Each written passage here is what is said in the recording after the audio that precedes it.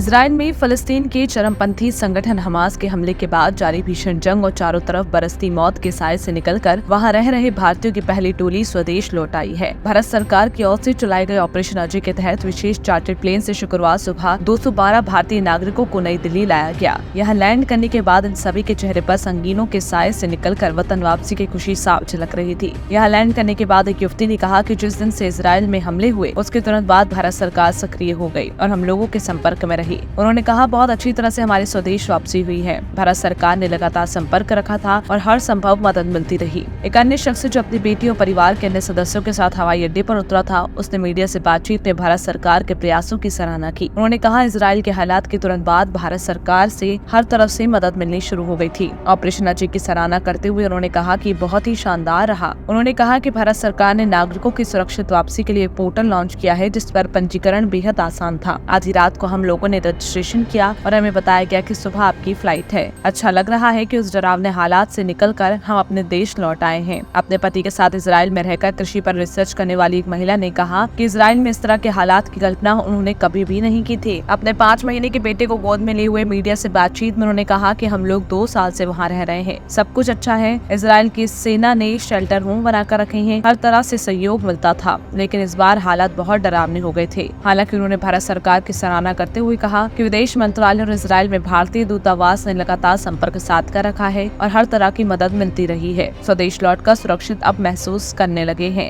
एक अन्य युवक ने, जो वैज्ञानिक शोध कार्यों से जुड़ा रहा, उसने प्रधानमंत्री नरेंद्र मोदी की सराहना की है। कहा कि इजराइल में पिछले 5 सालों से रह रहे हैं, वहाँ सुविधाएं काफी अच्छी हैं। तकनीक के मामले में क्या ही कहना, दुनिया के सबसे सुरक्षित देशों में से एक इजराइल है, लेकिन इस बार हालात काफी ज्यादा डरावने हो गए हैं। तमाम बड़ी खबरों पर हम आपको अपडेट देते रहेंगे, लेकिन तब तक के लिए आप हमारे चैनल को सब्सक्राइब करें।